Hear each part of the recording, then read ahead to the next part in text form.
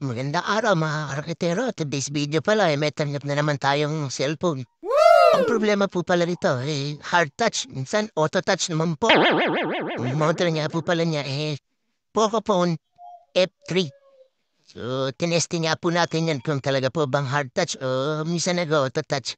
At kung makakita niyo pa ayaw po talagang ma-swipe o yung pinaka taas na ayaw din bumaba para makita po natin yung settings kahit sa brightness kung may ba-bright ba natin at maididim. Ayan, ilang beses po natin tinesting ayaw po talaga. Medyo hard touch nga po. Kaya ang gagawin po natin dan baklasin na po natin para mapalitan po natin ng LCD. Bigla na lang daw po nagkaganyan niya, sabi nung may-ari. Malamang ako LCD lang po yung problema niya. So baklasin na natin mga karakitero. Mamit nga pala tayo dyan no. Medyo manipis na plastic na matigas. Siyempre, laki routine para lumambot po yung dikit niya. Matanggal po natin yung cover niya sa likod. Sabihin na rin po natin tatanggalin yung pinaka-cover niya sa likod at yung mga screw. Kaya tatanggalin po natin itong nasa taas kasi andyan po yung connection ng battery. Pero yung connection po ng mga LCD flex na isa baba po yan. Kailangan po natin tanggalin yung connection ng battery ba kasi pag nilagay natin ng direct yung LCD niya, yung flex ng LCD, mag-short po, mag-aabono pa tayo, baka masunog yung unit. So ay nakapatinanggal na rin po natin yung pinaka-speaker o yung cover niya sa baba at ito po yung pinaka-nakalagayan po ng LCD connector o yung pinaka-flex na nandyan po sa gawing baba. Hindi po kagaya sa ibang unit na nasa bandang taas po sa gawing board lang siya. So ayan, tinesting nga po natin kung mag-work po o hard touch din yung LCD natin na bili.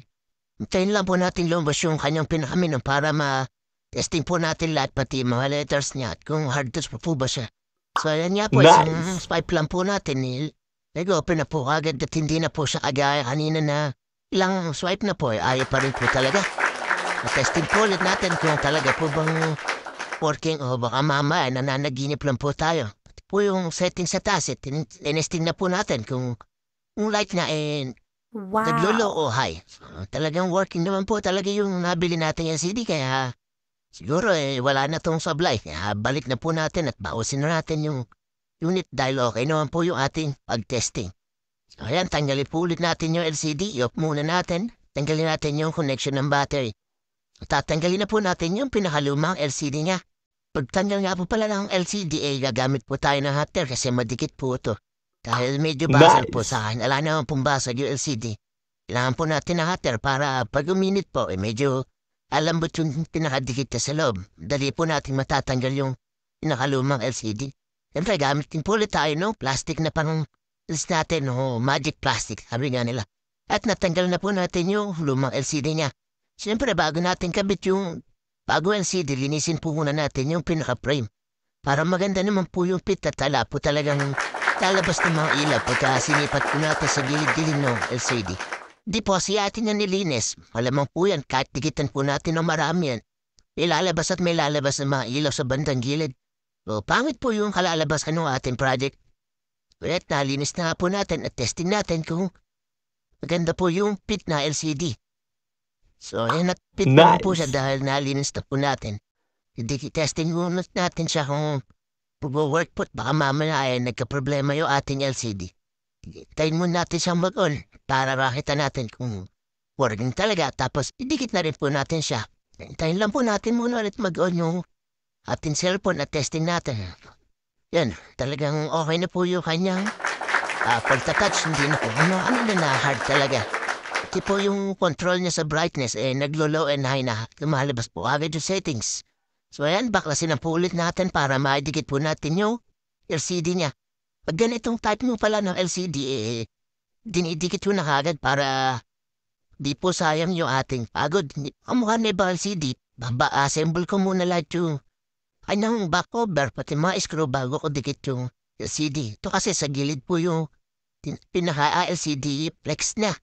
So hindi po natin mayangat na medyo angat yung LCD niyan. Gawa ng maliit lang po yung kanyang space. Di po natin maididikit masyado kung assemble na siya. Saka lang natin ididikit yung LCD. So yan, ginamitan ko po ulit siya ng scotch tape para po tumikit yung LCD niya. So pagka ganyan po, patutuyin ko muna siya ng ilang minuto para fit po talaga yung LCD niya. Sa huli tatanggalin yung pinaka-tape. A few moments later. So yun na po at medyo tuyo na yung nakadikit na LCD niya. Kaya babaklasin muna ulit natin yung scotch tape para ilagay na po natin yung pinaka-cover niya sa likod, mga screw. At syempre, lalagyan din po natin ng tempered glass. Pre na nga po pala ang ipapagawa po sa akin ng mga LCD. Po ulit natin yung mga scotch tape niya. So pagkalagay po ulit natin ng tempered, sa ulit natin nilalagay ng scotch tape para talagang dumikit po. After nun, kinabukasan ko na pinaalis yung scotch tape para hindi po agad mabilis umuhat yung pinaka-LCD niya. Ayan, binalik ko na nga lahat yung screw niya sa likod. Pati sa baba po, binalik ko na rin para didikit na lang din po natin yung pinakalikod niya. Sasabay na po natin pagkalagay ng tempered. So, ganyan lang po kadali magpalit na LCD ng Poco F3. Kaya gusto po din magpagawa ng mga inyong mga gadget. Kahit computer po, laptop, gumagawa po tayo niyan, mga karakitero. Kaya pwede po kayo mag-PM sa akin para ma-estimate din po natin. Depende po nga lang sa sirayan ng inyong gadget. So, ayun na, at naibalikan natin yung kanyang mga screw at i-on po ulit natin yung cellphone. At syempre, papalitan na po natin yan ng tempered kasi lalagyan na po pala natin ng tempered. So, pwede na nga po yan mga karakitero. Tilalagyan na po natin para, syempre, para matuwa rin po yung ating customer. Dahil may pre-tempered na pa kasi magpapalagay po kayo sa iba, gagas pa rin kayo ng panibago ron. Sa akin, free na lang po yan. Ayan at nalagyan na nga po natin ng tempered. Saglit lang naman po itong lagyan ng tempered. Siyempre, pagkalagyan natin ng tempered, testing ulit natin yan kung working po ba ulit. At siyempre, working naman.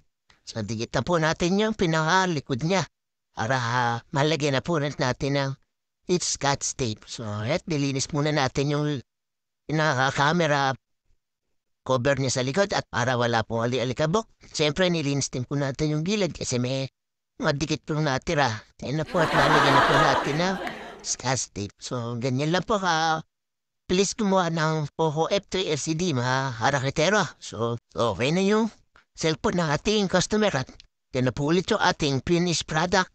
So, dahil okay na, ilagay ko natin sa kanyang back case at maraming salamat po ulit sa inyong panonood sa mga karakatero. Goodbye!